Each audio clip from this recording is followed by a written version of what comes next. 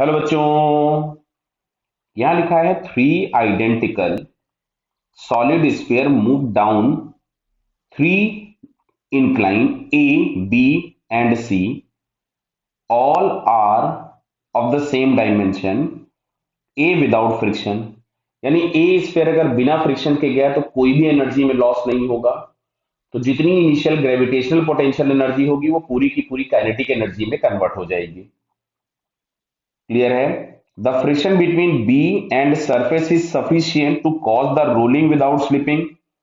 आप बात को समझिएगा, अगर कभी भी प्योर रोलिंग मोशन हो रहा होता है तो प्योर रोलिंग मोशन के ड्यूरेशन में किसी भी तरह का कोई भी एनर्जी में लॉस नहीं होता है। बराबर है, क्योंकि वहां एक्ट होने वाला फ्रिक्शन स्टैटिक होता है। वो किसी एक काइनेटिक एनर्जी को अगर कम करता है तो दूसरी काइनेटिक एनर्जी को उतना ही बढ़ा देता है। ये एक और दो काइनेटिक एनर्जी कौन सी? अगर वो ट्रांसलेशनल काइनेटिक एनर्जी के अपोज में होगा तो वो रोटेशन को उतना ही इंक्रीज करेगा जितना ट्रांसलेशनल पार्ट में डिक्रीज करेगा। यानी जो स्टैटिक फ्रिक्शन वहां लग रहा होता है वो किसी तरह का कोई भी लॉस नहीं करता है। यानी हमको समझ में आ जाना चाहिए था कि ए बिना फ्रिक्शन के आया, कोई लॉस नहीं हुआ। बी प्योर रोलिंग करते हुए आया, कोई लॉस नहीं हुआ। मतलब ए और बी दोनों की एनर्जीज तो आपस में बराबर होगी, क्योंकि हमको फर्स्ट और सेकंड ऑप्शन में दिखता है। थर्ड पढ़ते हैं हम लोग आगे।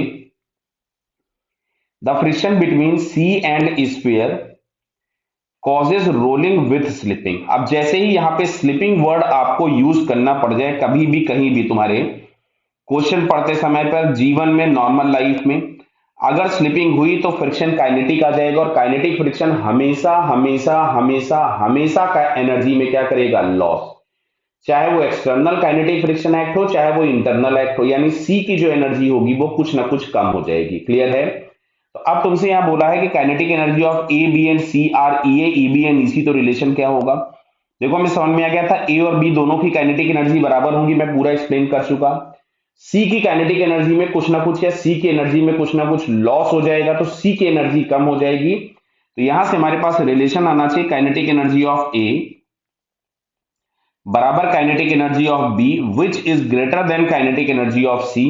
तो जो कि हम लोगों को यहां पे ये सेकंड ऑप्शन में दिया हुआ है, so it's second answer is correct. Clear बेटा? बराबर, कोई कंफ्यूजन तो नहीं? Okay, all the best.